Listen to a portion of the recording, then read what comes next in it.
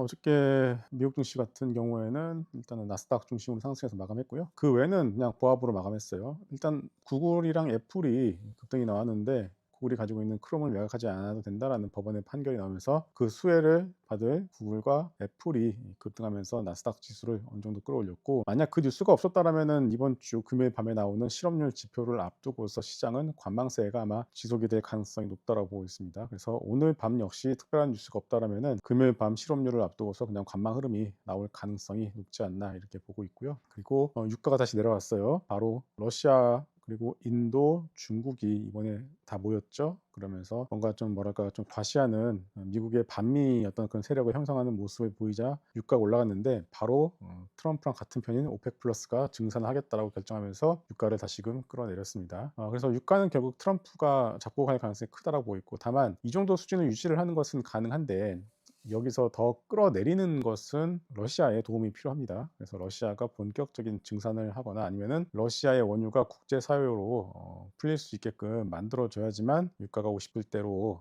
내려갈 가능성이 크기 때문에 이제 그것도 러시아도 알고 있고, 그래서 지금 계속 트럼프랑 러시아는 서로서로 간을 보고 있다. 일단 뭐 단기적으로는 실업률이 중요할 수밖에 없는데 어제 나온 구인 인직 보고서가 생각보다 덜 나왔기 때문에 역시나 고용은 둔화가 되는 것이 맞다라고 보고 있고, 바로 금리나 확률은 9월 금리 확률은 거의 84%, 85%까지 올라간 상황이다. 다만 이제 그 이후에 10월과 12월에 금리가 연속적으로 인하할지는 당연히 모르죠. 그런데 그것에 대해서 확신을 가지는 것 자체가 의미가 없어요. 다만 본격적인 금리 인하 사이클로 들어간 것은 맞다라고 보고 대응을 하는 게 맞지 않나 싶고요. 결국은 금리 인상의 피해 섹터였었던 신재생 그리고 바이오 섹터가 그동안 많이 상반기 내내 눌려 있었는데 튀어 올라갈 가능성이 크다라고 있고, 이번 주에 우리나라 바이오 섹터의 흐름만 놓고 보더라도 혹시나 강세 흐름을 보여주고 있다. 다만 근데 이제 채권 변동성 지수가 다시금 올라가면서, 그리고 비트코인이나 이더리움의 자리도 추세를 타고 있는 자리가 아니라 눌림목에서 돌아 나가는 자리이기 때문에 살짝 불안한 것도 사실이라서 어느 정도 현금 확보는 필요하지 않나라는 생각을 하고요. 그리고 이제 바이오 섹터를 계속 강조하는 이유가